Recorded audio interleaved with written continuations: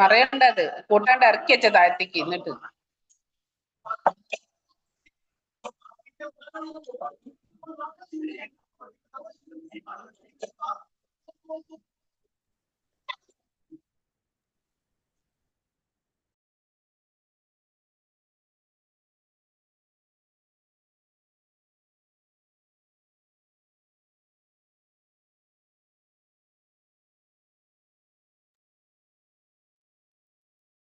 ഹരേ കൃഷ്ണ.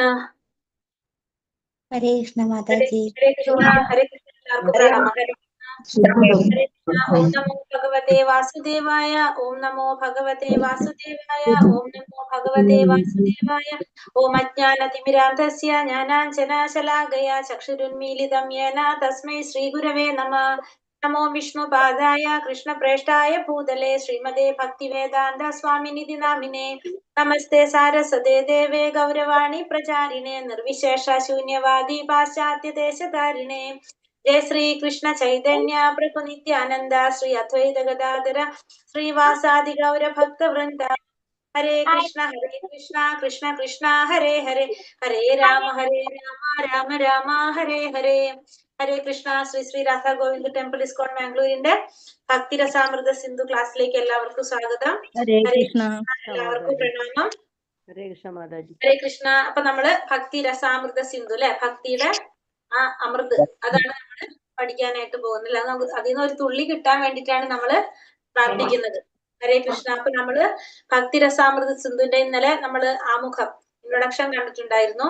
എന്തൊക്കെയാ നമ്മൾ ഇന്നലെ പഠിച്ചത്? ഇന്നലെ എന്തൊക്കെ പഠിച്ചു നമ്മള്? 12 രസങ്ങൾ പഠിച്ചു നമ്മള്. 6 ഗോസ്വാമിമാരെ കുറിച്ച് പഠിച്ചു. ഭക്തിയെ കുറിച്ച് പറഞ്ഞു. സാമാന്യ ഭക്തിയെ കുറിച്ച് പറഞ്ഞു. നാലായി തരംതിരിച്ചു. നാലായിട്ട് 4 ഭാഗങ്ങളാക്കി തിരിച്ചു എന്ന് പറഞ്ഞു അല്ലെ. പിന്നെ അത് കൂടാതെ അതിൽ 4 തരംഗങ്ങളും പറഞ്ഞു നമ്മള്. 4 ഭാഗങ്ങൾ പറഞ്ഞു. പൂർവം, ഉത്തരം, എന്താ പറയാ, പൂർവം,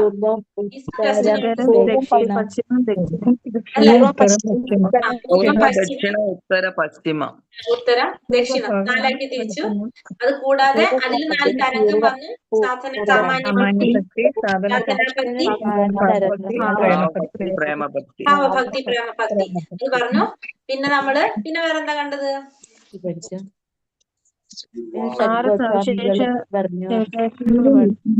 6 ഗോസ്വാമിമാരെ കുറിച്ച് നമ്മൾ കണ്ടു.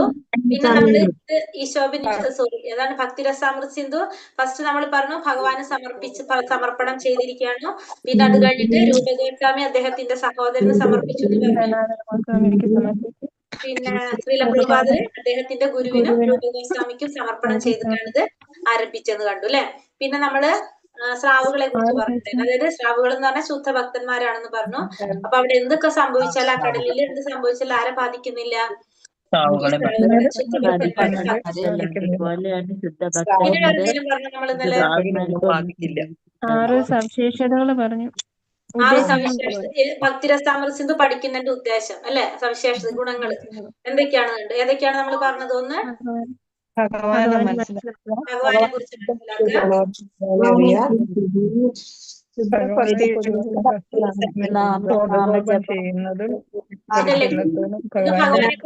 പിന്നെ ശുദ്ധ ഭക്തിയുടെ സേവനത്തിന്റെ നിർവചനം എന്താന്ന് പറയാം. പിന്നെ 6 സവിശേഷതകൾ.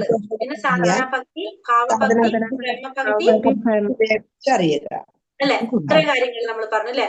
അതില് നമ്മള് ഈ ഓരോന്നോരോന്നായിട്ട് നമ്മൾ പഠിക്കാനായിട്ട് പോകാണ്. അതില് ഇതിലാണ് അന്യാഭിലാഷി ശ്ലോകത്തിനെ കുറിച്ച് ഞാനെല്ല നോക്കിയിട്ട് പറഞ്ഞില്ല അല്ലെ. നമുക്കൊരു കാര്യം ചെയ്യാം, ആ ശ്ലോകം ജസ്റ്റ് ഒന്ന് നോക്കിയിട്ട് പിന്നെ തുടങ്ങാം. അതിലൊരെണ്ണം ഭക്തിയുടെ സേവനത്തെ കുറിച്ച് നമ്മൾ പറഞ്ഞില്ല. രണ്ടാമത്തെ പോയിന്റ് എന്താ പറഞ്ഞത്? ഭക്തിയുടെ സേവനത്തിന്റെ നിർവചനം. അതാണ് ഒരു ശ്ലോകം നമ്മുടെ. അത് ആ ശ്ലോകം നിങ്ങളിപ്പോ പഠിക്കേണ്ട, അറിഞ്ഞിരുന്നാ മതി.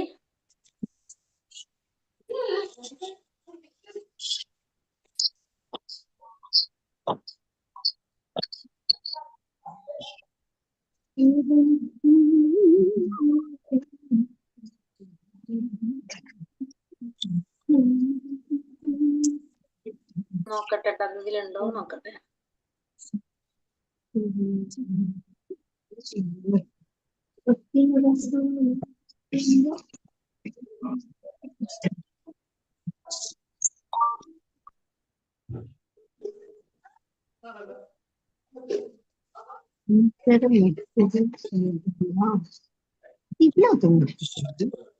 ഇതിലില്ല, ശ്ലോകം ഇല്ല. ഞാൻ നോക്കട്ടെ അത് ഏത് സ്ലൈഡാന്ന് നോക്കിയിട്ട്. അത് വേറെയാണ് വരുന്നത്. അപ്പൊ അത് എടുത്തുതരാം. അപ്പൊ നമുക്കിന്ന് ഒന്നാമത്തെ ചാപ്റ്ററിലേക്ക് കടക്കാം. ഒന്നാമത്തെ ചാപ്റ്റർ ഏതാണ്? ഒന്നാമത്തെ ചാപ്റ്ററിന്റെ പേര്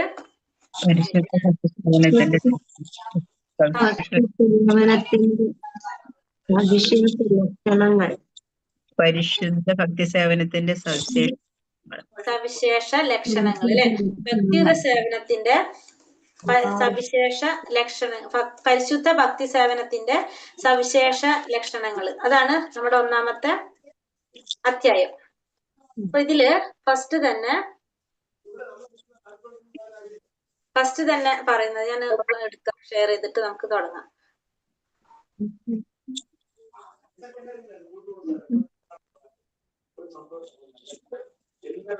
പേരൊന്നുകൂടെ പറഞ്ഞേ. പരിശുദ്ധ ഭക്തി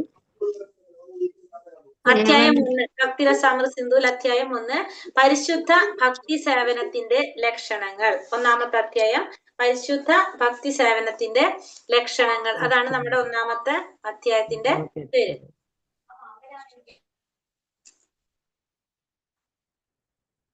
ഭഗവാന്റെ ശുദ്ധ ഭക്തന്മാർ.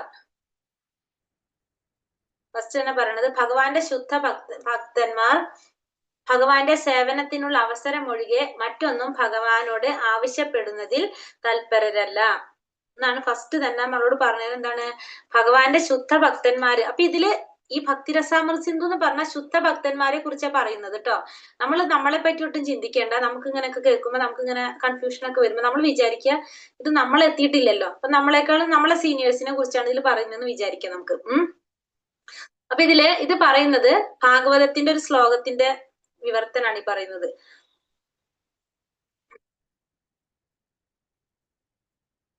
അതായത് ഇവിടെ എന്താ പറഞ്ഞു വെച്ചിട്ടുണ്ടെങ്കിൽ ശ്രീമദ് ഭാഗവതത്തിൽ തൃതീയ സ്കന്ധത്തിൽ 29-ാം അധ്യായം 12-13 ശ്ലോകങ്ങളിൽ കപിലദേവൻ അമ്മയ്ക്ക് നൽകുന്ന ഉപദേശങ്ങളുടെ കൂട്ടത്തിൽ പരിശുദ്ധ ഭക്തിയുത സേവനത്തിന്റെ സവിശേഷ ലക്ഷണങ്ങളെ കുറിച്ച് ഇപ്രകാരം പറയുന്നു. ഭൗതിക ലാഭങ്ങളിലോ ദാർശനികമായ ഊഹാപോഹങ്ങളിലോ താല്പര്യമില്ലാത്ത എന്റെ ശുദ്ധ ഭക്തന്മാർ അവരുടെ മനസ്സ് എന്റെ സേവനത്തിൽ മാത്രം നിരതമായിരിക്കുന്നത് കൊണ്ട് ഈ സേവനത്തിനുള്ള അവസരം ഒഴികെ മറ്റൊന്നും എന്നോട് ആവശ്യപ്പെടുന്നതിൽ തൽപരരല്ല. എന്നോടൊപ്പം എന്റെ ധാമത്തിൽ കഴിയാനുള്ള അനുവാദത്തിന് പോലും അവർ അപേക്ഷിക്കുന്നില്ല. അപ്പൊ ഈ പറഞ്ഞതാണ് ഇവിടെ എഴുതിയിരിക്കുന്നത്. ഭഗവാന്റെ ശുദ്ധ ഭക്തന്മാര് ഭഗവാന് സേവനം ചെയ്യാനുള്ള അവസരം ഒഴികെ മറ്റൊന്നും ഭഗവാനോട് ആവശ്യപ്പെടുന്നതില് അവര് തൽപരരല്ല എന്ന് പറയുന്നത്. അപ്പൊ ശുദ്ധ ഭക്തന്മാര് ഭഗവാന് സേവനം ചെയ്യാന്ന് മാത്രമാണ് അവരുടെ ലക്ഷ്യം. വേറെ ഒന്നും അവർക്കില്ല. ഭഗവാനോട് ആവശ്യപ്പെടാൻ അവർക്കൊരു താല്പര്യമില്ല. അവർക്ക് എന്ത് മാത്രം മതി? ഭഗവാന് സേവനം ചെയ്താൽ മാത്രം മതി. ഇതാണ് ഭാഗവതത്തില് തൃതീയ സ്കന്ധം 3-ാം സ്കന്ധം 29-ാം അധ്യായം 12-13 ശ്ലോകങ്ങളിലെ കപിലദേവൻ അമ്മയ്ക്ക് നൽകുന്ന ഉപദേശത്തിൽ പറയുന്നതാണിത്. ഭഗവാന്റെ ഭക്തന്മാര് ഭഗവാന് സേവനം ചെയ്യാനുള്ള അവസരത്തിന് മാത്രമാണ് അവർ ഭഗവാനോട് പ്രാർത്ഥിച്ചുകൊണ്ടിരിക്കുന്നത്. അവർക്ക് വേറെ ഒന്നും ഭഗവാനോട് ആവശ്യപ്പെടാൻ അവർക്കൊരു താല്പര്യം ഇല്ല എന്നാ പറയുന്നത്. മനസ്സിലായോ? ഭഗവാന്റെ ഭക്തന്മാരെപ്പ ഭഗവാന്റെ സേവനം ചെയ്യാൻ മാത്രം ആഗ്രഹിച്ചു കൊണ്ടിരിക്കുന്നവരാണ്. ഇനി 5 തരം മുക്തികളെ കുറിച്ച് പറയാണ് അടുത്തത്. 5 തരം മുക്തി 5 തരത്തിലുണ്ട്. എന്തൊക്കെയാണ്? ഒന്ന്, ഭഗവാനിൽ ലയിക്കുക, ഭഗവാന്റെ രൂപത്തിലാകുക, ഭഗവാന്റെ ധാമത്തിൽ തന്നെ കഴിയുക, ഭഗവാന്റെ സന്തത സഹചാരിയാകുക, അദ്ദേഹത്തോടൊപ്പം സർവ്വ സമൃദ്ധികളും അനുഭവിച്ച് കഴിയുക. ഇതിനൊക്കെ നമ്മൾ ഓരോ പേര് പഠിച്ചിട്ടുണ്ട്. ഭഗവാനിൽ ലയിക്കുക എന്ന് പറഞ്ഞാൽ നമ്മൾ എന്താ പഠിച്ചിട്ടുള്ളത്? എന്ത് മുക്തി അത്? ഓർമ്മയുണ്ടോ? സായുജ്യം കേട്ടിട്ടില്ലേ? സായുജ്യ മുക്തി കേട്ടിട്ടുണ്ടോ? പറഞ്ഞിട്ടുണ്ടോ നമ്മള്? ആരും ഒന്നും മിണ്ടുന്നില്ലല്ലോ, എല്ലാവരും മ്യൂട്ട് ചെയ്യും. സായുജ്യം, സായുജ്യം, സമീപ്യം, സാലോക്യമുക്തി, സാരൂപ്യമുക്തി, അതെല്ലാം പഠിച്ചതാ. പഠിച്ചതല്ലേ? അപ്പൊ അതൊക്കെ നമ്മളൊന്ന് തലൊക്കെ കുലുക്കിക്കോ, കുഴഞ്ഞോ? നമ്മളിപ്പോ അതൊക്കെ ഓർമ്മ വരേണ്ട സമയമായി ഇപ്പൊ. അപ്പൊ അത് നമുക്കൊന്ന് ഓർക്കാം.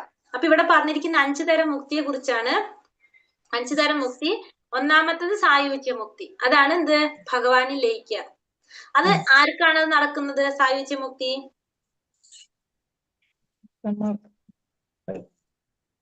യോഗികൾ. ഒരു മിനിറ്റ് ഷെയർ. നിങ്ങൾ പറയുന്നത് എനിക്ക് കേൾക്കുന്നില്ല. ഷെയർ ക്ലോസ് ചെയ്തിട്ട് ചോദിക്കട്ടെ. സായുജ്യ മുക്തി എന്ന് പറഞ്ഞിട്ട് ഇനി അടുത്ത വാക്ക് അങ്ങോട്ട് പോകുള്ളൂ നമ്മള്. സായുജ്യ മുക്തി 5 തരം മുക്തി. സായുജ്യം, പിന്നെന്താണ്? സാലോക്യം, സാമീപ്യം, സാരൂപ്യം, സാഷ്ട്യം അല്ലെ? ഇതില് സായുജ്യ മുക്തി എങ്ങനെയുള്ള മുക്തിയാണ്? അത് ആരാണ് ചെയ്യുന്നത്? ഭഗവാന് രൂപമില്ല എന്ന് പറഞ്ഞ് ആരാധിക്കുന്ന ഋഷിമാർ. ഋഷികളെല്ലാരും. ഋഷികൾ എന്ന് പറയാൻ പറ്റില്ല നമുക്ക്. ആരാണത്? ഭഗവാൻ ഒരു രൂപമില്ല എന്ന് പറയുന്നവര്. വ്യക്തിഗതവാദികള്. വ്യക്തിഗതവാദികള്. അവരാണ് ഏത് മുക്തിയിലേക്ക് പോകുന്നത്? സായുജ്യ മുക്തിയിലേക്ക് പോകുന്നത്. ഭക്തന്മാരത് ചിന്തിക്കുന്ന പോലെയില്ല. ഭക്തന്മാരെപ്പോഴും ഭഗവാനെ ഏത് രൂപത്തിൽ ആരാധിക്കുന്നവരാണ്? ശ്രീകൃഷ്ണനായിട്ട് അല്ലെ ഭഗവാനെ ആരാധിക്കുന്നവരാണ്. അപ്പൊ അവരെ സംബന്ധിച്ച് അവര് നോക്കാത്തൊരു സംഭവമാണ് സായുജ്യ മുക്തി. നോക്കാന്ന് വെച്ചാൽ അവർക്ക് അങ്ങനെ ഒരു സംഭവേ ഇല്ല. കാരണം ഭഗവാൻ ഒരു രൂപമുണ്ട്. പിന്നെ സായുജ്യ മുക്തിയെ കുറിച്ച് ആര് ചിന്തിക്കുന്ന പോലും ഇല്ല. ഭക്തന്മാര് ചിന്തിക്കുന്ന പോലും ഇല്ല. മൂഢന്മാരാണത് ചിന്തിക്കാന്നാണ് ഭക്തന്മാര് പറയുക അല്ലെ. അപ്പൊ സായുജ്യ മുക്തി എന്ന് പറയുന്നത് ഭഗവാൻ ഒരു രൂപമില്ല എന്ന് പറയുന്നവരാണ് ഏത് മുക്തിയിലേക്ക് പോകുന്നത്? സായുജ്യ മുക്തിയിലേക്ക് പോകുന്നത്. അത് പ്രകാശത്തിലേക്ക് ലയിക്കുകയാണ്. ഭഗവാന്റെ ആ പ്രകാശത്തിലേക്ക് ലയിക്കുന്നതല്ലേ സായുജ്യ മുക്തി.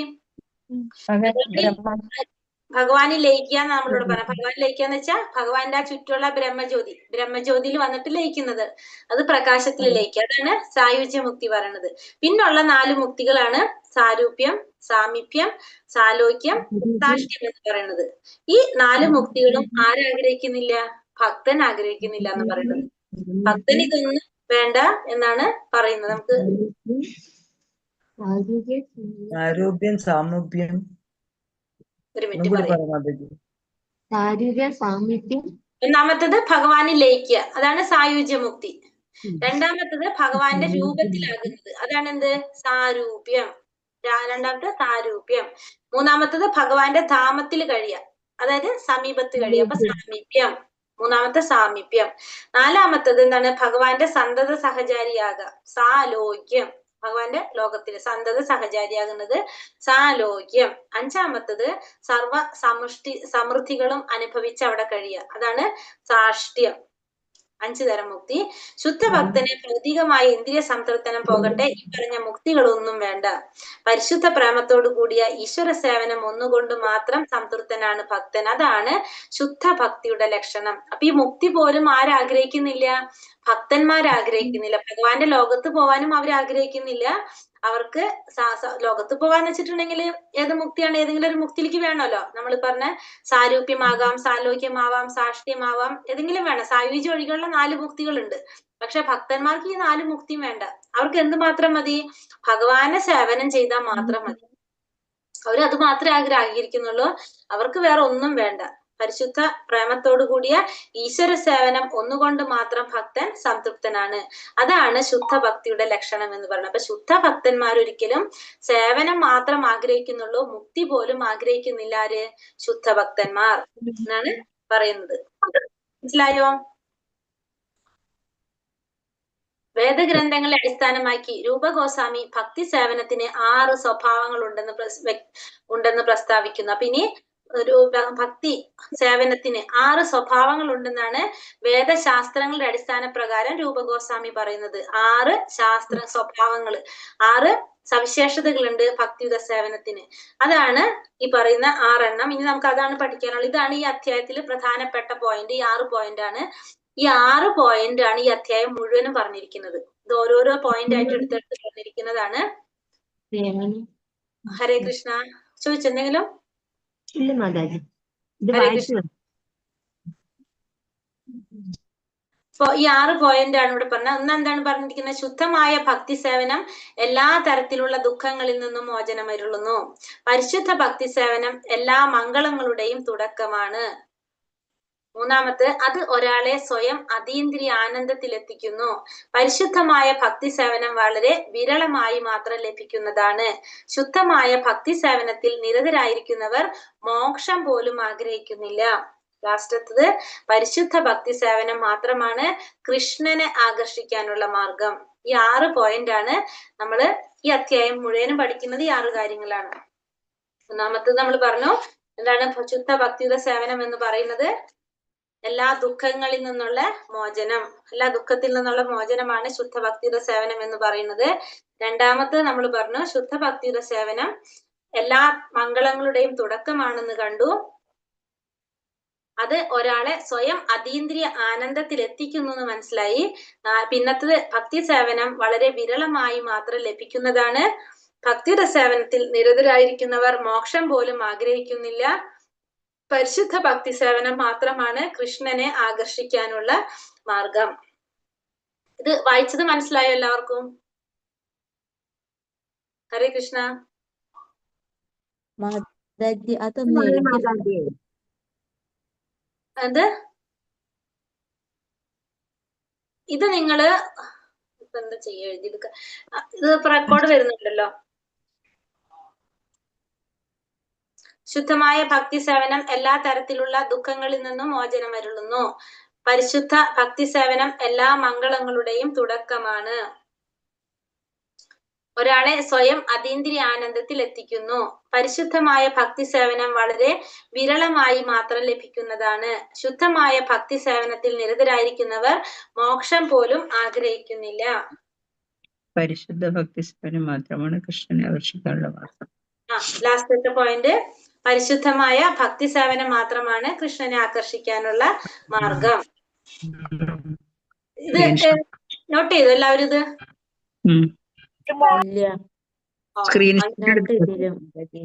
ഇനി ക്ലാസ്സിൽ റെക്കോർഡ് ബുക്ക് ഉണ്ട് മാതാജി.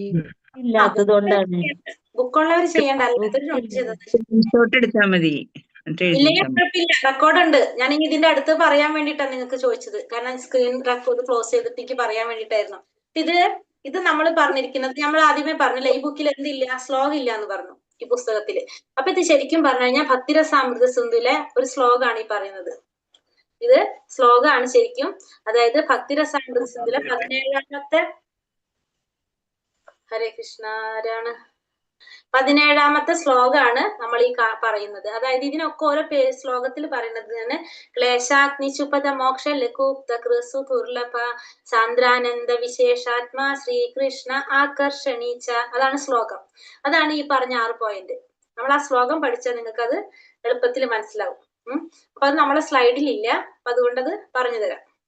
അപ്പൊ നമുക്ക് ഒന്നാമത്തെ പോയിന്റ് നമ്മൾ കണ്ടത് എന്താണ്? ഇതില് ഫസ്റ്റത്തെ പോയിന്റ് നമ്മൾ പറഞ്ഞു, ശുദ്ധ ഭക്തി സേവനം എല്ലാ തരത്തിലുള്ള ഭൗതിക ദുഃഖങ്ങളിൽ നിന്നും ഉടൻ മോചനം അരുളുന്നു, അല്ലെ?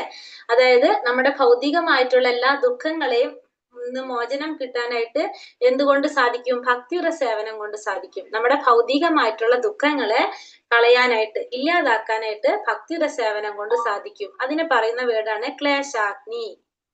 എന്താണ് ക്ലേശാഗ്നി? നമുക്ക് പറയാം ക്ലേശങ്ങളെ എരിച്ചു കളയാനായിട്ട് ക്ലേശാഗ്നി എന്ന് പറയാം. അപ്പൊ അതൊന്നാമത്തെ നമ്മൾ പറഞ്ഞത്, ശുദ്ധമായ ഭക്തിയുടെ സേവനം എല്ലാ തരത്തിലുള്ള ഭൗതിക ദുഃഖങ്ങളിൽ നിന്നും മോചനം അരുളുന്നു എന്ന് പറയാം. അതല്ലെങ്കിൽ ക്ലേശാഗ്നി എന്നും എഴുതി വെച്ചോളൂ നിങ്ങൾ. അപ്പൊ നിങ്ങൾക്ക് ക്ലേശാഗ്നി എന്ന് പഠിച്ചാൽ മതി. അപ്പൊ അതെന്താന്നുള്ളത് അതിന്റെ മീനിങ് അവിടെ എഴുതുന്നുണ്ടല്ലോ. അപ്പൊ ക്ലേശാഗ്നി ഫസ്റ്റത്തെ നമ്മളെ ക്ലേശങ്ങള് ഇല്ലാതാക്കി തരും. ഭക്തിയുടെ സേവനം ചെയ്യുമ്പോൾ നമുക്ക് ഫസ്റ്റ് എന്താ സംഭവിക്കുന്നത്? നമ്മുടെ ക്ലേശങ്ങൾക്ക് അറുതി വരും. First point. രണ്ടാമത്തെ പോയിന്റ്, ഇപ്പൊ ഈ പറയുന്നത് എന്താണ്? നമ്മൾ എന്തിനെ കുറിച്ച് ഈ പറയുന്നത്? അത് ആദ്യം ചോദിക്കട്ടെ. ഭക്തിയുടെ സേവനം 6 സ്വഭാവങ്ങൾ, 6 വിശേഷതകൾ. എന്തിന്റെ 6 സവിശേഷതകള്? ഭക്തിയുത സേവനത്തിന്റെ 6 സവിശേഷതകൾ. ഭക്തിയുടെ സേവനത്തിന്റെ ഭക്തിയുത സേവനം ചെയ്യുന്നതിന്റെ 6 സവിശേഷതകൾ. നമ്മൾ ഭക്തിയുത സേവനം ചെയ്യുമ്പോൾ എന്തൊക്കെ ഗുണങ്ങൾ ഉണ്ടാകുന്നു എന്നാണ് ഇവിടെ കാണുന്നത്, അല്ലെ? ആ ചെയ്യുന്നത് കൊണ്ടുള്ള ലക്ഷണങ്ങളാണ് നമ്മൾ ഈ പറയുന്നത്. നമുക്ക് ഭക്തിയുത സേവനം ചെയ്യുമ്പോൾ നമുക്ക് എന്തൊക്കെ ഗുണങ്ങൾ ഉണ്ടാകും എന്നാണ് ഈ പറയുന്നത്. മനസ്സിലായോ? ഫസ്റ്റ് ഫസ്റ്റ് തന്നെ ഇതിൽ പറഞ്ഞിരിക്കുന്നത്, ഭക്തി എന്ന് പറഞ്ഞാൽ നമുക്കറിയാം, ശ്രീല പ്രഭുപാദർ പറയാറുള്ളത്, അല്ലെ? ഭക്തി എന്ന് പറഞ്ഞാൽ ഭക്തിയുടെ സേവനാണ്. ഈ ഭക്തിയുടെ സേവനം ചെയ്യുമ്പോൾ നമുക്ക് എന്തൊക്കെ ഗുണങ്ങളാണ് ഉണ്ടാകുന്നതെന്നാണ് നമ്മൾ ഈ പഠിക്കുന്ന 6 ഗുണങ്ങളാണ് ഇതിൽ പറഞ്ഞിരിക്കുന്നത്. അതില് ഫസ്റ്റത്തെ പോയിന്റ് പറഞ്ഞു, ഭക്തിയുടെ സേവനം എല്ലാ തരത്തിലുള്ള ഭൗതിക ദുഃഖങ്ങളിൽ നിന്നും മോചനം തരുന്നു. അത് നമുക്ക് തന്നെ അനുഭവിക്കുന്ന കാര്യങ്ങൾ അതൊക്കെ കാരണം നമ്മള് ഇപ്പൊ ഭഗവാനെ കുറിച്ച് നമ്മളിപ്പോ ക്ലാസ് തന്നെ ആലോചിച്ചോളൂ. നമ്മൾ ക്ലാസ് തന്നെ കുറെ കേട്ട് വരുമ്പോ നമുക്ക് പിന്നെ ഭൗതികമായ ദുഃഖങ്ങൾ കുറയും. നമുക്ക് മനസ്സിലായിട്ടുണ്ടാവില്ല. നമുക്ക് കുറെ നമുക്ക് അറിയാൻ പറ്റും. നമുക്ക് കുറെ പ്രശ്നങ്ങൾക്ക് തന്നെത്താനെ സൊല്യൂഷൻ ഉണ്ടാകുന്ന ഓട്ടോ സൊല്യൂഷൻ ആണൊക്കെ. പിന്നെ നമുക്ക് തോന്നും അങ്ങനെ ചില കാര്യങ്ങളൊക്കെ. ഈ ഭക്തിയുടെ സേവനം എന്താണ്? നമുക്ക് നമ്മളെ ഭൗതികമായ ദുഃഖങ്ങളിൽ നിന്ന് നമുക്ക് മോചനം തരും എന്നാണ് ഫസ്റ്റത്തെ പോയിന്റ്. ഇനി രണ്ടാമത്തത്, പരിശുദ്ധമായ ഭക്തിയുടെ സേവനം എല്ലാ മംഗളങ്ങളുടെയും തുടക്കമാണ്. അതായത് ശുഭത, രണ്ടാമത്തെ വേർഡാണ് ശുഭത. ശുഭാണെന്ന് പറയില്ല, എല്ലാം ശുഭാണെന്ന്, അതാണ് ശുഭത. രണ്ടാമത്തെ പോയിന്റ് ശുഭത. ഭക്തിയുടെ സേവനം എല്ലാ മംഗളങ്ങളുടെയും തുടക്കമാണ്. അപ്പൊ ഭക്തിയുടെ സേവനം കൊണ്ട് എല്ലാ മംഗളങ്ങളും നമുക്ക് നടക്കും. അതാണ് എല്ലാ മംഗളങ്ങളുടെയും തുടക്കമാണ് ഭക്തിയുടെ സേവനം എന്ന് പറയുന്നത്. 2 പോയിന്റ് നമ്മൾ പഠിച്ചു. ഒന്നാമത്തത് ക്ലേശാഗ്നി, രണ്ടാമത്തത് ശുഭത. ഞാൻ പറയുന്നത് മനസ്സിലാകുന്നുണ്ടോ? ഓക്കെ. അപ്പൊ ഫസ്റ്റത്തെ പോയിന്റ് ക്ലേശാഗ്നി, നമ്മുടെ ഭൗതിക ദുഃഖങ്ങളിലെ ധരണി എന്നുള്ള ധായാണോ ദായാണോ? ശുഭധ ദയ, ദയയുടെ ദയ. ശരി.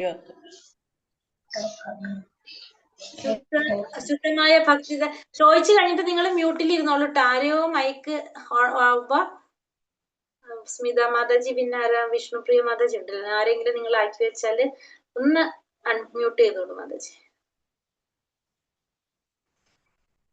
ഹരേ കൃഷ്ണ. അപ്പൊ നമ്മൾ പറഞ്ഞു, ഒന്നാമത്തെ പോയിന്റ് നമ്മൾ കണ്ടു ക്ലേശാഗ്നി. ക്ലേശാഗ്നി എന്ന് വെച്ചാൽ നമ്മുടെ എല്ലാ തരത്തിലുള്ള ഭൗതികമായ ദുഃഖങ്ങളിൽ നിന്ന് നമുക്ക് ഉടൻ മോചനം വരുള്ളുന്നു. ഭക്തിയുടെ സേവനം ചെയ്ത ഉടനടി നമുക്ക് ഭൗതികമായ ദുഃഖങ്ങളിൽ നിന്ന് മോചനം കിട്ടുന്ന പറയണത് ഒന്നാമത്തെ പോയിന്റ്, ഭക്തിയുടെ സേവനം ചെയ്യുമ്പോൾ. രണ്ടാമത്തെ പോയിന്റ്, പരിശുദ്ധമായ ഭക്തിയുടെ സേവനം എല്ലാ മംഗളങ്ങളുടെയും തുടക്കമാണ്. അതിന് നമ്മൾ പറഞ്ഞു ശുഭത. 2 പോയിന്റ് ക്ലേശാഗ്നി, രണ്ടാമത്തത് ശുഭത. മൂന്നാമത്തത് മോക്ഷ. ഹരേ കൃഷ്ണ. മൂന്നാമത്തെ പോയിന്റ് മോക്ഷ ലഘൂക്ത കൃത് ആണ് മൂന്നാമത്തെ പോയിന്റ്. അത് നമ്മളില് നിങ്ങളിപ്പോ എഴുതി വെച്ചിരിക്കുന്നതിൽ 5ാമത്തെ പോയിന്റ് വന്നിരിക്കുന്നത്, മോക്ഷ ലഘൂക്ത കൃത്. മോക്ഷം പോലും ആഗ്രഹിക്കുന്നില്ല. ശുദ്ധമായ ഭക്തിയുടെ സേവനത്തിൽ നിരതരായിരിക്കുന്നവർ മോക്ഷം പോലും ആഗ്രഹിക്കുന്നില്ല. കണ്ടില്ലേ നമ്മളൊരു പോയിന്റ്? അത് ശുദ്ധമായ ഭക്തിയുടെ സേവനത്തില് നിരതരായിരിക്കുന്നവർ മോക്ഷം പോലും ആഗ്രഹിക്കില്ല. ആ ശ്ലോകം വെച്ച് പറയുമ്പോഴാണ് ഞാൻ പറയുന്നത്. അല്ലെങ്കിൽ നമുക്ക് പോയിന്റ് കുഴപ്പമില്ല, ഓർഡർ. ശ്ലോകം വെച്ച് പറയുമ്പോ ക്ലേശാഗ്നി ശുഭത മോക്ഷ ലഘൂക്തകൃത് എന്ന് പറയുമ്പോ ആ പോയിന്റ് വരുന്നത് 5ാമത്തെയാണ്. ശുദ്ധമായ ഭക്തിയുടെ സേവനത്തിൽ നിരതരായിരിക്കുന്നവർ മോക്ഷം പോലും ആഗ്രഹിക്കുന്നില്ല. ഇപ്പൊ നമ്മൾ കണ്ടു അല്ലെ, ഭക്തിയുടെ സേവനം ചെയ്യുന്നവർക്ക് ഒന്നും വേണ്ട, മോക്ഷം, നമ്മൾ മുക്തി ഒന്നും ആഗ്രഹിക്കുന്നില്ല എന്ന് കണ്ടില്ലേ? സായുജ്യ മുക്തി ഇല്ല, പിന്നെന്താണ് സാമീപ്യം, സാലോക്യം, സാരൂപ്യം, അതൊന്നും ആർക്കും ഇഷ്ടമില്ല. ഭക്തന്മാർക്ക് വേണ്ട, അവർക്ക് എന്തുമാത്രം മതി? ഭഗവാനെ സേവനം ചെയ്താൽ മാത്രം മതി. അപ്പൊ ശുദ്ധ ഭക്തിയുടെ സേവനം ചെയ്യുന്നവര് മോക്ഷം പോലും ആഗ്രഹിക്കുന്നില്ല. ആ വേർഡ് മോക്ഷ ലഘു ഹ് ത്, അത് മോക്ഷ, മോക്ഷ അറിയാലോ എഴുതാൻ. ലഘു ഖ, ഏത് ഖാണ് പറയാ? രഘു, രഘു എന്നൊക്കെ എഴുതുന്ന ഖ ഉണ്ടല്ലോ, രഘു എന്ന് എഴുതുന്ന ഖ. എനിക്ക് അങ്ങനെ മേഘത്തിന്റെ ഖ, അതെ, നന്നായി. മോക്ഷ ലഘു, അത് കഴിഞ്ഞിട്ട് ഹീർത്ത്. ഹീർത്ത് എന്ന് വെച്ചാൽ എച്ചിന്റെ മുകളില് ഹാടെ മുകളില് ചന്ദ്രക്കല, ഹാടെ മുകളില് ചന്ദ്രക്കല, ഹ്, പിന്നെ താടെ മുകളില് ചന്ദ്രക്കല.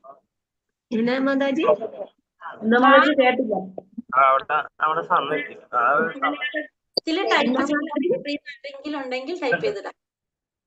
അതായത് ഹാടെ മോളില് ചന്ദ്രക്കല, ഓക്കെ, പിന്നെ താടെ മോളില് ചന്ദ്രക്കല, ത്. മോക്ഷ ലഘു ഹ് ത്, മോക്ഷ ലഘു ത് കൃത്. ഇനി കൃത് എന്നാ പറയുന്നത് കൃ ഉണ്ടല്ലോ, കൃത്, കൃതി, കൃതിയുടെ കൃത്ത് മോളിലേക്ക് ചന്ദ്രക്കല ഇട്ട കൃത്.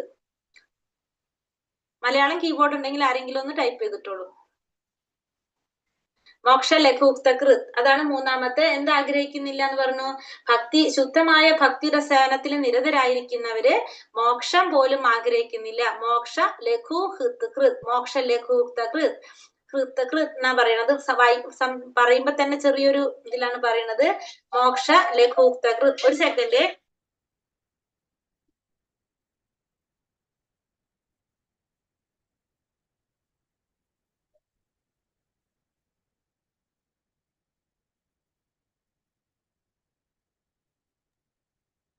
ഹരേ കൃഷ്ണ. അപ്പൊ നമ്മള് എന്താണ് മോക്ഷം പോലും ആഗ്രഹിക്കില്ല. അപ്പൊ 3 പോയിന്റ് നമ്മൾ പഠിച്ചു. ഭക്തിയുത സേവനത്തിന്റെ സവിശേഷതകള്, അതുകൊണ്ടുള്ള ഗുണങ്ങള്, ശുദ്ധ ഭക്തിയുത സേവനം ചെയ്യുന്നത് കൊണ്ടുള്ള ഗുണങ്ങള്. ഒന്ന് നമ്മൾ പറഞ്ഞു, ക്ലേശാഗ്നി, നമ്മുടെ ക്ലേശങ്ങളെല്ലാം ഇല്ലാതാക്കുന്നു. മോക്ഷ ലഘുക്തകൃത്, മാതാജി എഴുതിയിട്ടിട്ടുണ്ട്, എല്ലാവരും നോക്കിക്കോളൂ, ചാറ്റ് ബോക്സിൽ ഇട്ടിട്ടുണ്ട്. Thank you Mataji. രണ്ടാമത്തെ പോയിന്റ് നമ്മൾ പറഞ്ഞു എന്താണ്? ശുഭത, എല്ലാ മംഗളങ്ങളുടെയും തുടക്കമാണ് ശുഭത, എല്ലാ മംഗളങ്ങളുടെയും തുടക്കം ശുഭത. മൂന്നാമത്തെ പോയിന്റ് നമ്മൾ പറഞ്ഞു, മോക്ഷം പോലും ആഗ്രഹിക്കുന്നില്ല. ശുദ്ധ ഭക്തിയുടെ സേവനം ചെയ്യുന്നവര് മോക്ഷം പോലും ആഗ്രഹിക്കുന്നില്ല. എന്താണത്? മോക്ഷ ലഘുക്തകൃത്, ആഗ്രഹിക്കുന്നില്ല, മോക്ഷം പോലും ആഗ്രഹിക്കുന്നില്ല. അപ്പൊ 3 പോയിന്റ് നമ്മൾ പഠിച്ചു. ഇതിൽ ഏറ്റവും പ്രധാനപ്പെട്ടതാണ് ഈ 6 പോയിന്റ്. ഇത് നമ്മൾ പഠിക്കണം. ഈ അധ്യായം മുഴുവൻ ഇതിനെ കുറിച്ചാണ് പറയുന്നത്. ഒന്നാമത്തെ അധ്യായത്തിൽ വലിയ അധ്യായമാണ്, ഇത് തന്നെയാണ് പറയുന്നത് ഇവിടെ. ആദ്യത്തെ 3 പോയിന്റ് ക്ലേശാഗ്നി ശുഭത മോക്ഷ ലഘുക്തകൃത്, ഇതൊരു ശ്ലോകമാണ്. ആ ശ്ലോകത്തിന്റെ ആദ്യത്തെ വരി ഇപ്പൊ നമ്മൾ പഠിച്ചു, ക്ലേശാഗ്നി ശുഭത മോക്ഷ ലഘുക്തകൃത്. ഇനി അടുത്തത് സുദുർലഭ. നാലാമത്തെ പോയിന്റ് കറക്റ്റ് ആണ്. പരിശുദ്ധമായ ഭക്തി സേവനം വളരെ വിരളമായി മാത്രം ലഭിക്കുന്നതാണ്. അപ്പൊ ഭക്തിയുടെ സേവനം ചെയ്യാൻ എല്ലാവർക്കും അവസരം കിട്ടില്ല, അത് വളരെ വിരളമായിട്ട് ലഭിക്കുന്നതാണ്. അതാണ് സുദുർലഭ. നാലാമത്തെ പോയിന്റ് സുദുർലഭ. അപ്പൊ എല്ലാവർക്കും ഭക്തിയുടെ സേവനം ചെയ്യാനായിട്ട് സാധിക്കില്ല, അത് വളരെ വിരളമായിട്ട് മാത്രം ലഭിക്കുന്നതാണ്. അത് സുദുർലഭ. നാലാമത്തെ പോയിന്റ് സുദുർലഭ. അപ്പൊ ഒരു വരി കംപ്ലീറ്റ് ആയി. മോക്ഷ എന്താണ്? ക്ലേശാഗ്നി ശുഭത മോക്ഷ ലഘുക്തകൃത് സുദുർലഭ.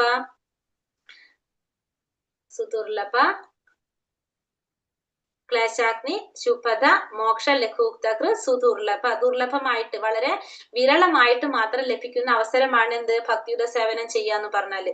അപ്പൊ 4 പോയിന്റ് നമ്മൾ പഠിച്ചു. ഇപ്പൊ ഭക്തിയുടെ സേവനം ചെയ്യുന്നതിന്റെ ഗുണങ്ങള്: ഒന്ന്, ക്ലേശങ്ങൾ ഇല്ലാതാക്കുന്നു, എല്ലാ മംഗളങ്ങളുടെയും തുടക്കമാണ്, പിന്നെ മോക്ഷം പോലും ആഗ്രഹിക്കുന്നില്ല, വളരെ ദുർലഭമായിട്ട് ലഭിക്കുന്ന അവസരമാണെന്ന് കണ്ടു. ക്ലേശാഗ്നി ശുഭത മോക്ഷ ലഘുക്തകൃത് സുദുർലഭ. അടുത്തത് സാന്ദ്രാനന്ദ വിശേഷാത്മ. അടുത്ത പോയിന്റ് സാന്ദ്രാനന്ദ വിശേഷാത്മ, അതായത് 3ാമത്തെ പോയിന്റ്, അത് ഒരാളെ അതീന്ദ്രിയ ആനന്ദത്തിൽ എത്തിക്കുന്നു. സാന്ദ്രാനന്ദ വിശേഷാത്മ, അതായത് ഒരാളെ അതീന്ദ്രിയമായ ആനന്ദത്തിൽ എത്തിക്കുന്നു. നമ്മളെ അതീന്ദ്രിയമായ ആനന്ദത്തിൽ എത്തിക്കുന്നു എന്നുള്ളതാണ് അടുത്തത് പറയുന്നത്. സാന്ദ്രാനന്ദ വിശേഷാത്മ. സാന്ദ്രാനന്ദ വിശേഷാത്മ നമ്മുടെ അതീന്ദ്രിയമായ ആനന്ദത്തിൽ എത്തിക്കുന്നു. സാന്ദ്രാനന്ദ വിശേഷാത്മ. നമ്മൾ പറഞ്ഞു, ശുദ്ധ ഭക്തിയുടെ സേവനം നമ്മളെ എല്ലാ തരത്തിലുള്ള ദുഃഖങ്ങൾ ഇല്ലാതാക്കുന്നു. ക്ലേശാഗ്നി, ഇത് എല്ലാ മംഗളങ്ങളുടെയും തുടക്കമാണ്. ഇതാണ് ശുഭത. പിന്നെ നമ്മൾ എന്താണ്? മോക്ഷ പോലും ആഗ്രഹിക്കുന്നില്ല. മോക്ഷ ലഘുക്തകൃത്. പിന്നെ ഇത് വളരെ വിരളമായിട്ട് ലഭിക്കുന്ന അവസരമാണ് ദുർലഭ. പിന്നെന്താണ്? നമ്മള് അതീന്ദ്രിയമായ ആനന്ദത്തിൽ എത്തിക്കുന്നു. സാന്ദ്രാനന്ദ വിശേഷാത്മ. ലാസ്റ്റ് പോയിന്റ് പറയുന്നത് എന്താണ്? പരിശുദ്ധ ഭക്തിയുടെ സേവനം മാത്രമാണ് കൃഷ്ണനെ ആകർഷിക്കാനുള്ള മാർഗം. അത് ശ്രീകൃഷ്ണ ആകർഷണി. അപ്പൊ ഭഗവാൻ ആകർഷിക്കാനായിട്ടുള്ള ഒരു വഴി എന്താണ്? ശുദ്ധമായ ഭക്തിയുടെ സേവനം. വേറെ എന്ത് ചെയ്തിട്ടൊരു കാര്യമില്ല. ശുദ്ധമായ ഭക്തിയുടെ സേവനം ചെയ്താൽ മാത്രമേ ഭഗവാൻ ആകർഷിക്കാനായിട്ട് സാധിക്കുള്ളൂ. 6 പോയിന്റ്. അപ്പൊ ലാസ്റ്റ് പോയിന്റ് ശ്രീകൃഷ്ണ ആകർഷണി. പരിശുദ്ധ ഭക്തിയുടെ സേവനം മാത്രമാണ് കൃഷ്ണനെ ആകർഷിക്കാനുള്ള മാർഗം.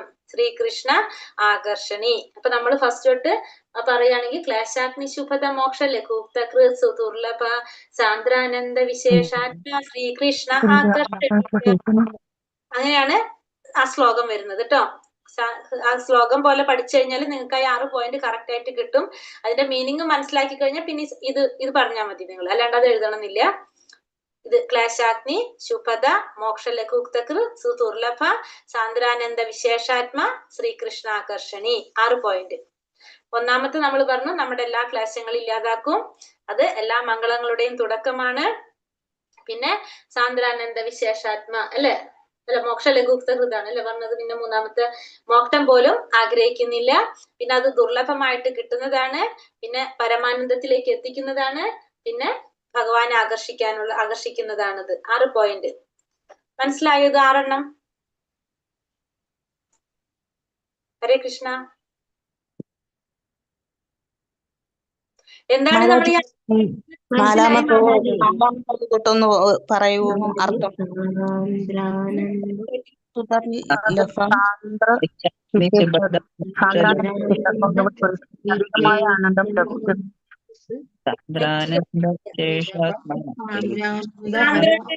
വിശേഷാത്മ, സാന്ദ്രാനന്ദ നാലാമത്തെ നാലാമത്തത് സുദുർലഭം അല്ലെ, സുദുർലഭം അല്ല നാലാമത്തെ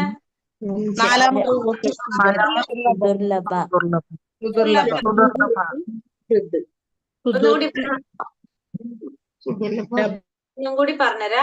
ഫസ്റ്റത്തത് ക്ലേശാഗ്നി, രണ്ടാമത്തത് ക്ലേശാഗ്നി ശുഭത, മോക്ഷ ലഘുക്തക്, പിന്നെ സുദുർലഭ, സാന്ദ്രാനന്ദ വിശേഷാത്മ, ശ്രീകൃഷ്ണ ആകർഷണി, ശ്രീകൃഷ്ണനെ ആകർഷിക്കുന്നതാണ്. അപ്പൊ ഭക്തിയുടെ സേവനം, ശുദ്ധമായ ഭക്തിയുടെ സേവനം മാത്രമാണ് ഭഗവാൻ ആകർഷിക്കുന്നത്. പക്ഷെ ഇതെല്ലാവർക്കും കിട്ടാൻ അവസരം ഇല്ല, എല്ലാവർക്കും ചെയ്യാനായിട്ട് സാധിക്കില്ല എന്നാണ് പറയുന്നത്. ഭക്തിയുടെ സേവനം ചെയ്യാനായിട്ട് എല്ലാവർക്കും സാധിക്കില്ല, അത് വളരെ ദുർലഭമായിട്ടാണ് കിട്ടുന്നത്. അതിന്റെ കാരണം അടുത്ത് പറയുന്നുണ്ട്. എന്തുകൊണ്ടാണ്? കൃഷ്ണൻ എല്ലാവരെയും ആകർഷിക്കുന്നു, എന്നാൽ ഭക്തിയുടെ സേവനത്തിന് ഭഗവാനെ ആകർഷിക്കാൻ കഴിയും എന്ന് വെച്ചാൽ ശുദ്ധമായ ഭക്തിയുടെ സേവനത്തിന് അതീന്ദ്രിയമായ കൃഷ്ണനേക്കാൾ ശക്തിയുണ്ട്.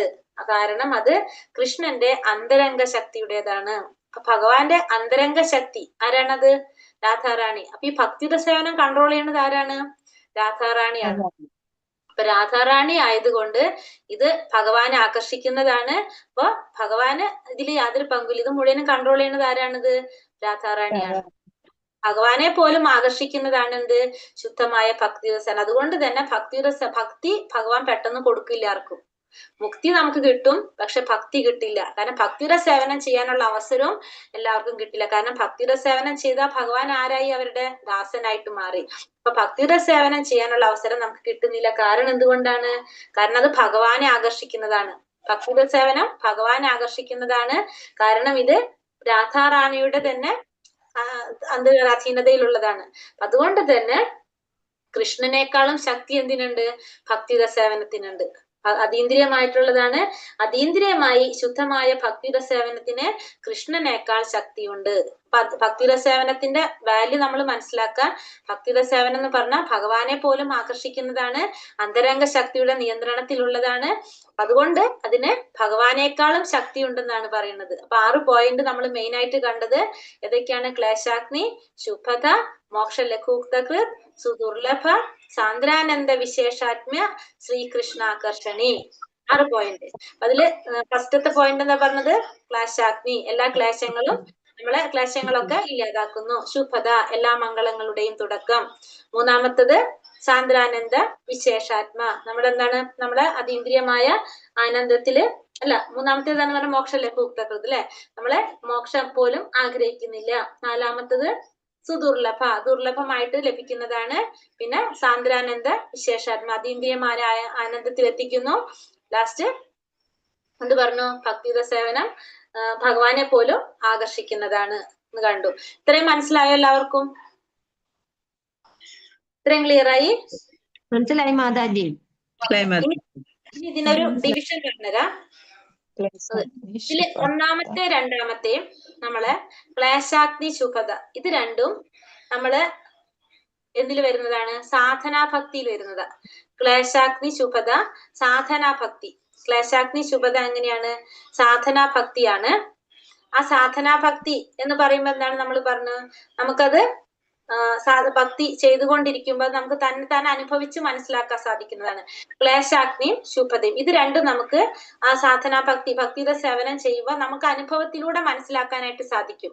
നമ്മളെ ക്ലേശങ്ങൾ ഇല്ലാതാകുന്നതും നമുക്ക് മംഗളങ്ങൾ സംഭവിക്കുന്നതും നമുക്ക് അനുഭവിച്ചറിയാൻ സാധിക്കും. ശുദ്ധഭക്തിയുടെ സേവനം ചെയ്യുമ്പോൾ നമ്മളെ ക്ലേശങ്ങൾ ഇല്ലാതാകുന്നതും നമുക്ക് മംഗളങ്ങൾ വരുന്നതും ഒക്കെ നമുക്ക് അനുഭവിച്ചറിയാനായിട്ട് സാധിക്കും. അപ്പൊ ആദ്യത്തെ രണ്ടെണ്ണം ഏതിൽ വരുന്നതാണ്? സാധനാ ഭക്തിയിൽ വരുന്നതാണ്. ഇനി അടുത്തേലേക്ക് വരുമ്പോ നമ്മൾ അടുത്തേക്ക് കടക്കുമ്പോ ഭാവഭക്തി. അപ്പൊ ഭാവഭക്തിയിൽ എത്തുമ്പോ ഈ രണ്ടും വരും, പ്ലസ് അഡീഷണൽ രണ്ടെണ്ണം കൂടി വരും. ഇത് രണ്ടെണ്ണം കിട്ടും, പിന്നെ അടുത്ത രണ്ടെണ്ണം കൂടി കിട്ടും. നമ്മൾ ഇന്നലെ പറഞ്ഞില്ലേ, സാമാന്യ ഭക്തി ചെയ്തു, പിന്നെ സാധനാ ഭക്തി ചെയ്തു, പിന്നീടാണ് നമുക്ക് എന്ത് വരുന്നത്? സാധനാ ഭക്തിയിലൂടെ നമ്മൾ അടുത്ത ഭാവഭക്തിയിലേക്ക് വരും, പിന്നെ ബ്രഹ്മഭക്തിയിലേക്ക് വരും എന്ന് പറഞ്ഞല്ലോ. അപ്പൊ സാധനാ ഭക്തി ചെയ്ത് നമുക്ക് എന്ത് പറഞ്ഞു? മോക്ഷ ലഘുക്തകൃ സുദുർലഭ. അടുത്ത 2 പോയിന്റ് കൂടി വരും. മോക്ഷ ലഘുക്തകൃ സുദുർലഭ. അത് രണ്ടും ഏത് ഭക്തി വരുന്നത്? ഭാവഭക്തിയാണ് വരുന്നത്. അപ്പൊ ഭാവഭക്തിയിൽ വരുമ്പോ ഈ 4 കാര്യങ്ങളും വരും. ആദ്യത്തെ 2 കിട്ടും, പിന്നത്തെ 2 കിട്ടും. അപ്പൊ സാധന ഭക്തിയിൽ ക്ലേശാഗ്നി ശുഭത മാത്രം വരും. ഭാവഭക്തിയിൽ വരുമ്പോ ക്ലേശാഗ്നി ശുഭത മോക്ഷ ലഘുക്ത സുദുർലഭ 4 വന്നു. കാരണം സാധന ഭക്തി ചെയ്താണ് നമ്മൾ എവിടേക്ക് എത്തുന്നത്? ഭാവഭക്തിയിലേക്ക് എത്തുന്നത് അല്ലേ? അപ്പൊ അത് രണ്ടും കിട്ടും, പ്ലസ് ഇത് രണ്ടും കിട്ടും. അപ്പൊ 4 വന്നു എന്തില്? ഭാവഭക്തിയിലേക്ക് വന്നപ്പോ. ഇനി അടുത്തത് സാന്ദ്രാനന്ദ വിശേഷാത്മ ശ്രീകൃഷ്ണ ആകർഷണി. ഭഗവാനെ ആകർഷിക്കുന്നു, പിന്നെ നമ്മൾ എന്ത് പറഞ്ഞു? നമുക്ക് അതീന്ദ്രിയമായ ആനന്ദം ലഭിക്കുന്നു. അപ്പൊ അതേത് ഭക്തി വന്നു? പ്രേമഭക്തി. അപ്പൊ പ്രേമഭക്തിയിൽ എത്തിയപ്പോ എന്തായി? എല്ലാം വരും, 6 കിട്ടും നമുക്ക്. നമ്മളെ ക്ലേശങ്ങൾ കഴിഞ്ഞു, ശുഭലക്ഷണം വന്നു, മോക്ഷലഘുക്തകൃതായി, സുദുർലഭ, സാന്ദ്രാനന്ദ വിശേഷാത്മ, ശ്രീകൃഷ്ണാകർഷണി. ഈ 6 പോയിന്റും എന്തിൽ വന്നു? പ്രേമഭക്തിയിൽ വന്നു. അപ്പൊ അതിന്റെ ഒരു ഡിവിഷൻ, ഫസ്റ്റത്തെ 2 സാധനാ ഭക്തി, ഭാവഭക്തി എന്ന് പറഞ്ഞപ്പോ അത് 4 വന്നു, പ്രേമഭക്തിയിൽ വന്നപ്പോ 6 കൂടി വന്നു. മനസ്സിലായോ? മനസ്സിലായി മാതാജി. സാന്ദ്രാനന്ദ വിശേഷാത്മാ ശ്രീകൃഷ്ണ ആകർഷണി. അങ്ങനെ ചൊല്ലി പഠിച്ചോളൂ. അപ്പൊ നമ്മൾ അത് ശ്ലോകം പഠിച്ചാ ശരിയായി. ശ്ലോകം എത്ര? ഇല്ല മാതാജി. ഹരേ കൃഷ്ണ. എന്ത് പറഞ്ഞത് മാതാജി? ഒരാള് പറയാ, കേട്ടില്ല. എന്ത്? ശ്ലോകം ഇല്ല. ശ്ലോകം ബുക്കിലില്ല. ഈ ഭക്തിരസാമൃതത്തിൽ ശ്ലോകേ ഇല്ല നമുക്ക്. ഈ 3 ലൈനായിട്ടാണോ? രണ്ടാമത് വരുമ്പോൾ 4 ഭക്തി കിട്ടുന്നു. ക്ലേശാഗ്നി ശുഭത സാധനാഭക്തി. അല്ല, ക്ലേശാഗ്നി ശുഭത മോക്ഷ ലഘുക്ത സുദുർലഭ. അതായത് ഭാവഭക്തിയായി. രണ്ടാമത്തെ വന്നപ്പോ ഭാവഭക്തിയല്ല വരുന്നത്. അപ്പൊ ഭാവഭക്തിയിൽ ആ 4 പോയിന്റ് വരും. ലാസ്റ്റത്തിൽ വരുമ്പോ 6 പോയിന്റ് വരും. അപ്പൊ നമ്മള് ഇത്രയും കഴിഞ്ഞു. ശ്രീകൃഷ്ണനെ പോലെ ആകർഷിക്കാനാണ്. ഇനി അടുത്തത് നമ്മള് ഫസ്റ്റത്തെ പോയിന്റ് നമ്മൾ എന്താണ്? ശുദ്ധമായ ഭക്തിയുടെ സേവനം, എല്ലാ തരത്തിലുള്ള ഭൗതിക ദുഃഖങ്ങളിൽ നിന്നും മോചനം വരും അല്ലെ? അപ്പൊ ഭൗതിക ദുഃഖങ്ങളിൽ നിന്നുള്ള മോചനം, അതാണ് ഒന്നാമത്തെ പോയിന്റ് അല്ലെ? അതാണ് നമ്മള് ഫസ്റ്റത്തെ ഹെഡിങ്, ഭൗതിക ദുഃഖത്തിൽ നിന്നുള്ള മോചനം എന്ന്. അപ്പൊ നമുക്ക് ദുഃഖങ്ങൾ ഉണ്ടാവുന്നത് നമുക്ക് എപ്പോഴാണ്?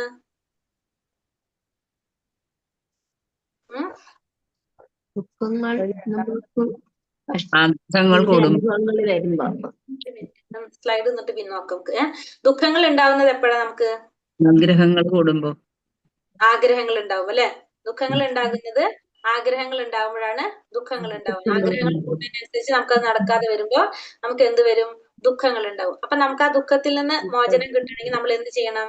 നമ്മൾ പറഞ്ഞു ഭക്തിയുടെ സേവനം ചെയ്തു കഴിഞ്ഞാൽ അപ്പൊ ഈ ആഗ്രഹങ്ങളൊക്കെ വരുന്നത് എന്തുകൊണ്ടാണ് നമുക്കതൊക്കെ സംഭവിക്കുന്നത്? നഷ്ടപ്പെട്ട ദുഃഖം വരും മാതാജി. എന്ത്? ആഗ്രഹം ഇല്ലെങ്കിലും നമുക്കുള്ളത് നഷ്ടപ്പെട്ട ദുഃഖം വരൂല്ലേ? തീർച്ചയായിട്ടും.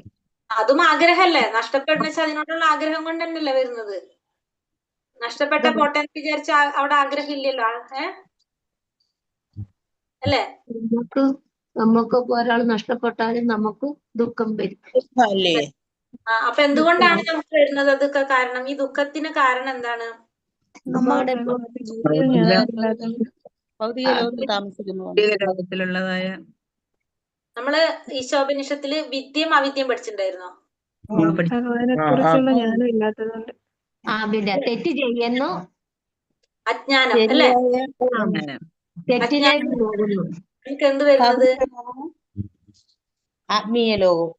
ആത്മീയ ലോകത്തിലേക്കും പോകും. അജ്ഞാനം. നമുക്ക് അജ്ഞാനാണ് നമ്മുടെ എല്ലാ പ്രശ്നത്തിനും കാരണം അല്ലെ? നമുക്ക് ശരിക്കും യഥാർത്ഥത്തിൽ നമുക്ക് ആ ഒരു ജ്ഞാനം കിട്ടാണ്, ഭഗവാനെ കുറിച്ചുള്ള ഒരു ജ്ഞാനം കിട്ടണം. ഭഗവാനെ കുറിച്ച് ജ്ഞാനം കിട്ടാന്ന് വെച്ചാൽ ഭഗവാനെ കുറിച്ച് അറിയുന്നു, നമ്മളും ഭഗവാനും തമ്മിലുള്ള ബന്ധം അറിയുന്നു. അപ്പൊ നമ്മൾ ഈ ഭൗതിക ലോകത്ത് ടെമ്പററി ആണെന്ന് മനസ്സിലാക്കി കഴിഞ്ഞാൽ നമുക്ക് പിന്നെ എന്തില്ല? ദുഃഖമില്ല അല്ലെ? നമ്മുടെ ദുഃഖത്തിന്റെ മെയിൻ കാരണം എന്താണ്? അജ്ഞാനാണ് അല്ലെ? നമ്മള് അജ്ഞാനം കൊണ്ടാണ് നമുക്ക് എന്ത് സംഭവിക്കുന്നത്? ക്ലേശങ്ങൾ ഉണ്ടാകുന്നത്. ദുഃഖം ഉണ്ടാവുന്നതിന്റെ ബേസിക് അജ്ഞാനം. അതായത് നാം ശരീരമല്ല ആത്മാവാണെന്നുള്ളൊരു ജ്ഞാനം വന്നു കഴിഞ്ഞാൽ നമ്മുടെ എല്ലാ പ്രശ്നവും അവിടെ തീർന്നു. പക്ഷെ നമ്മൾ എങ്ങനെയാ ഇരിക്കുന്നത്? നമ്മൾ ശാരീരിക ബോധത്തിലായിരിക്കുന്നത്. ഭഗവാൻ അർജുനന് ഭഗവത്ഗീതയിൽ ഫസ്റ്റ് പറഞ്ഞു കൊടുത്ത ജ്ഞാനം എന്തായിരുന്നു? ആദ്യം പറഞ്ഞു കൊടുക്കുന്നത് എന്താണ് ഭഗവാൻ അർജുനന്? ആത്മാവിനെ കുറിച്ച്. ആത്മാവ്, അതായത് നീ ശരീരമല്ല ആത്മാവാണെന്നാണ് ആദ്യം പറഞ്ഞു കൊടുത്തത് അല്ലെ? അതിനുശേഷമാണ് ഭഗവാൻ പിന്നെ പറഞ്ഞു തുടങ്ങിയത്. ആദ്യം പറഞ്ഞു കൊടുത്തത് നമ്മൾ ആരാണ്? നമ്മള് ശരീരമല്ല ആത്മാവ്. യുദ്ധത്തിനെ കുറിച്ച് നീ പ്രയാസപ്പെടണ്ട. കാരണം നിനക്ക് എന്ത് ചെയ്യാൻ സാധിക്കില്ല? ആ വ്യക്തിയെ നശിപ്പിക്കാൻ സാധിക്കില്ല. കാരണം ഞാൻ ആരാണ്? ഞാൻ ആത്മാവാണ്. നശിപ്പിക്കാൻ നിനക്ക് ആയുധം കൊണ്ട് ഒന്നും ചെയ്യാൻ സാധിക്കില്ല എന്നാണ് ആദ്യം പറഞ്ഞു കൊടുത്തത് അല്ലെ?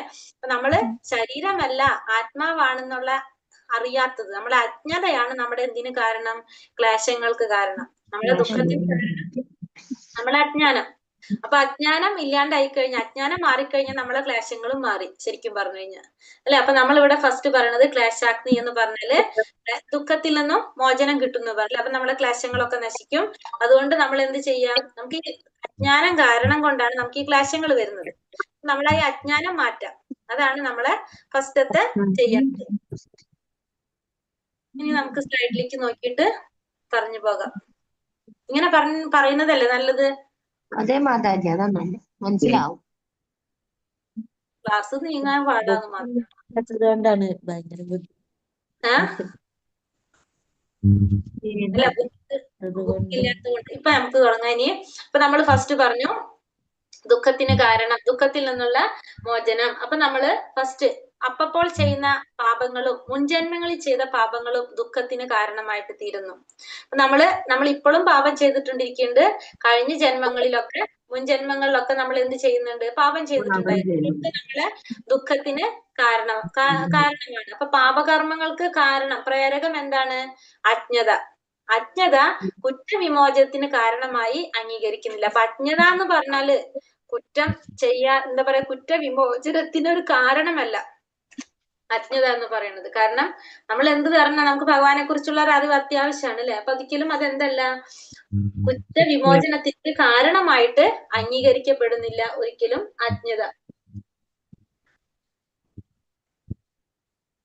പാപകർമ്മങ്ങളുടെ ഫലം അനുഭവിച്ച് തന്നെ തീർക്കണം. അപ്പൊ നമ്മൾ ചെയ്ത പാപത്തിന്റെ ഫലം നമ്മൾ അനുഭവിച്ച് തന്നെ തീർക്കണം. അതിന് യാതൊരു സംശയവും ഇല്ല. നമ്മൾ എന്ത് ചെയ്തിരിക്കണം? പാപത്തിന്റെ ഫലം നമ്മൾ അനുഭവിക്കുക തന്നെ ചെയ്യണം.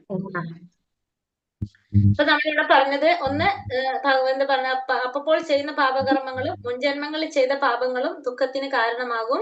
അപ്പൊ അജ്ഞതയാണ് എല്ലാ പാപങ്ങൾക്കും കാരണം എന്ന് പറഞ്ഞു. പക്ഷെ അജ്ഞത ഒരിക്കലും എന്തല്ല, കുറ്റവിമോചനത്തിനുള്ള ഒരു കാരണമായിട്ട് അംഗീകരിക്കപ്പെടുന്നില്ല. നമ്മൾ പാപത്തിന്റെ ഫലം നമ്മൾ അനുഭവിച്ച് തന്നെ തീർക്കണം എന്ന് പറഞ്ഞു അല്ലെ? ഇനി പാപം 2 തരത്തില് പാപമുണ്ട്. അപ്പൊ നമ്മള് എന്താ പറഞ്ഞ, എന്ത് ചെയ്യുന്നതാണ് നമ്മള് പാപം ചെയ്യുന്നത് അല്ലെ? നമ്മൾ പാപം ചെയ്യുന്നത് എന്തുകൊണ്ടാണ്? നമ്മൾ പാപം ചെയ്യുന്നത് ക്ലേശത്തിന് കാരണം നമ്മൾ പറഞ്ഞു, നമ്മൾ അജ്ഞതയാണെന്ന് പറഞ്ഞു. ഈ അജ്ഞത കാരണം നമുക്ക് എന്ത് വരും? ഭൗതികമായ ആഗ്രഹങ്ങൾ വരും. ഇപ്പൊ രണ്ടാമത്തെ പോയിന്റ്. അപ്പൊ നമ്മളിപ്പോ ഒരു പോയിന്റ് നമ്മൾ പറഞ്ഞു, ആഗ്രഹങ്ങൾ പറഞ്ഞു അല്ലെ? പക്ഷെ ആ ആഗ്രഹങ്ങൾ നമ്മളിൽ ഉണ്ടാവണം എന്തുകൊണ്ടാണ്? നമ്മൾ അജ്ഞരായതുകൊണ്ട്. അജ്ഞത ആയതുകൊണ്ടാണ് നമുക്ക് എന്തുണ്ടാകുന്നത്? ആഗ്രഹങ്ങൾ ഉണ്ടാകുന്നത്. ആഗ്രഹങ്ങൾ ഉണ്ടാകുമ്പോൾ നമ്മൾ എന്ത് ചെയ്യും? പാപം ചെയ്യും. പാപം ചെയ്യുമ്പോൾ നമുക്ക് എന്തുണ്ടാവും? ക്ലേശങ്ങൾ ഉണ്ടാകും അല്ലെ? 4 കാര്യങ്ങളാണ് അവിടെ നടക്കുന്നത്. ഫസ്റ്റ് നമ്മൾ അജ്ഞതയായി. അജ്ഞത വരുമ്പോ നമുക്ക് എന്തുണ്ടാവും? ആഗ്രഹങ്ങൾ വരും. ആഗ്രഹങ്ങൾ വരുമ്പോ നമ്മള് ആഗ്രഹം നിറവേറ്റാൻ വേണ്ടിയിട്ട് പാപം ചെയ്യും. പാപം ചെയ്യുമ്പോൾ നമുക്ക് എന്തുണ്ടാകും? ക്ലേശങ്ങൾ വരും. അതിങ്ങനെ ഏരോ മാർക്കിട്ട് എഴുതി വെച്ചു. ഫസ്റ്റ് നമുക്ക് എന്ത് സംഭവിക്കുന്നു? ക്ലേശങ്ങളുടെ കാരണം ഫസ്റ്റത്തെ നമുക്ക് എന്താണ്? അജ്ഞത അല്ലെങ്കിൽ അവിദ്യ. കാരണം നമ്മൾ എന്ത് ചെയ്യും? ഭൗതികമായിട്ടുള്ള ആഗ്രഹങ്ങൾ നമ്മളിൽ ഉണ്ടാകും. അത് കഴിഞ്ഞിട്ട് അടുത്ത ഏരോ മാർക്കിട അവിദ്യ കാരണം ഉണ്ടാകുമ്പോൾ നമ്മൾ എന്ത് ചെയ്യും? പാപം ചെയ്യും. അപ്പൊ പാപം ചെയ്യുമ്പോൾ നമുക്ക് എന്തുണ്ടാവും? ക്ലേശങ്ങൾ ഉണ്ടാകും. മനസ്സിലായോ? അങ്ങനെ അത്രയും മനസ്സിലായി മാതാജി. അപ്പൊ നമുക്ക് 4 കാര്യങ്ങൾ മനസ്സിലായി. ഒന്ന് അജ്ഞത കാരണം നമുക്ക് ആഗ്രഹങ്ങൾ ഉണ്ടായി. ആഗ്രഹങ്ങൾ ഉണ്ടാകുമ്പോൾ നമ്മൾ പാപം ചെയ്യും. പാപം ചെയ്യുമ്പോൾ നമുക്ക് ക്ലേശങ്ങൾ സംഭവിക്കും. ഇനി ഈ പാപങ്ങള് തന്നെ 2 തരത്തിലുണ്ട്. ഒന്ന് പാകമായതും 2 പാകമാകാത്തതും. ഒന്നാമത്തെ പറഞ്ഞത് പാകമായത്, പിന്നെ പാകമാകാത്തത്. പാകമായത് എന്ന് പറഞ്ഞാല് അത് വേറൊരു പേര് കൂടി അതിന് പറയാം, പ്രാരാബ്ധം അപ്രാരാബ്ധം എന്ന് കൂടി പറയാം. അതായത് അപ്രാരാബ്ധം എന്ന് പറഞ്ഞാല് പാകമാകാത്തതിനാണ് അപ്രാരാബ്ധം എന്ന് പറയുന്നത്. പാകമായതിനെ പ്രാരാബ്ധം എന്ന് പറയും. പാകമായത് പാകമാകാത്തത്, പാകമായത് പ്രാരാബ്ധം, പാകമാകാത്തത് അപ്രാരാബ്ധം എന്ന് പറയും. അപ്പൊ പാകമായത് എന്ന് പറയുമ്പോ നമ്മൾ പാകമായതിന്റെ എന്താണ്? ഇപ്പൊ നമുക്ക് ഫലം കിട്ടി, നമ്മളൊരു പഴം പഴുത്ത് ഫലമായി എന്ന് പറയുന്നില്ലേ? അതേപോലെ തന്നെ പാകമായി കഴിഞ്ഞാൽ അതാണ് അതിന്റെ ഫലം നമ്മളിപ്പോ അനുഭവിച്ചുകൊണ്ടിരിക്കുന്നതാണ് പാകമായത്. നമ്മൾ ചെയ്ത കർമ്മത്തിന്റെ പാപകർമ്മത്തിന്റെ ഫലം നമ്മൾ അനുഭവിച്ചു കൊണ്ടിരിക്കുകയാണെങ്കിൽ അത് പാകമായതാണ്. ഇനി പാകമാകാത്തെന്ന് പറഞ്ഞാൽ ഇതുവരെ നമ്മൾ അതിന്റെ ഫലം അനുഭവിച്ചിട്ടില്ല, ഇനി അത് അനുഭവിക്കാൻ ഇരിക്കുന്നതാണ്. അതാണ് എന്ത്? പാകമാകാത്തത്. ഇപ്പൊ 2 തരത്തില് എന്ന് പറയുന്ന പാപകർമ്മങ്ങൾ 2 തരം. ഒന്ന് പാകമായതും 2 പാകമാകാത്തതും. പാകമായത് എന്ന് പറഞ്ഞാല് ഫലം കിട്ടിയത്, ഇപ്പൊ അനുഭവിച്ചു കൊണ്ടിരിക്കുന്നത് പാകമായത്. പാകമാകാത്തത് എന്ന് പറഞ്ഞാല് ഫലം ഇതുവരെ അനുഭവിക്കാത്തതാണ് എന്ത്? പാകമാകാത്തത് എന്ന് പറയുന്നത്.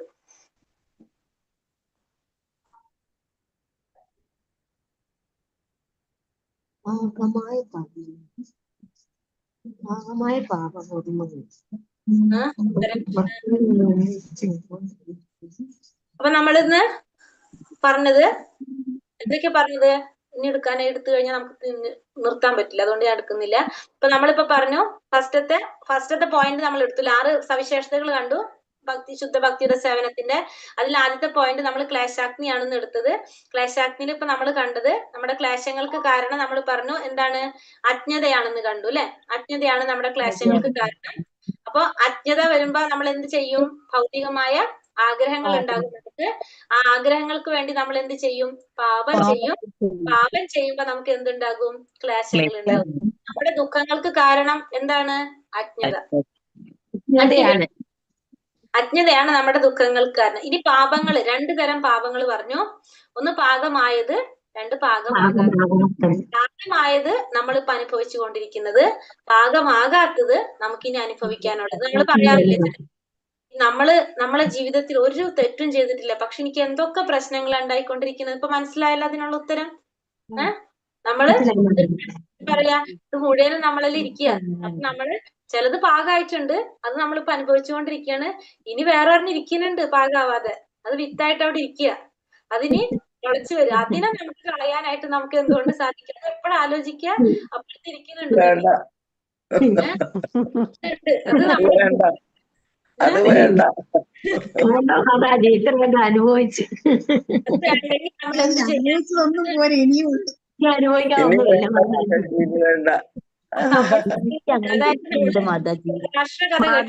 നല്ലത് ചെയ്താലും ചിലപ്പോ നമുക്ക് സങ്കടങ്ങളാ വരിക. എല്ലാം അറിഞ്ഞിട്ടില്ല, ചെറുപ്പം പോലെ സങ്കടങ്ങൾ മാത്രമേ. കഴിഞ്ഞ ജന്മത്തിലെ പാപഫലാണത്. കഴിഞ്ഞ ജന്മത്തെ പാവമായിരിക്കും. മനസ്സിലായില്ലേ?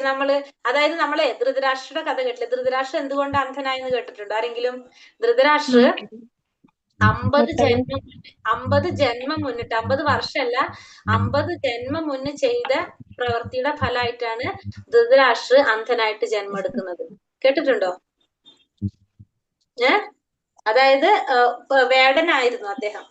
വേടനായിട്ട് എന്താ ചെയ്തതെന്ന് വെച്ചിട്ടുണ്ടെങ്കില് ഒരു പക്ഷിക്കൂട്, മരത്തിലുള്ള കൂട് തീ വെക്കുകയാണ് ചെയ്യുന്നത്. അപ്പൊ തീ വെക്കുമ്പോ കുറെ പക്ഷികള് വെന്ത് മരിച്ചു പോകും, കുറെ പേരെ കണ്ണു പോകും, അങ്ങനെയൊക്കെ സംഭവിക്കും, കുറെ പേര് പോകും.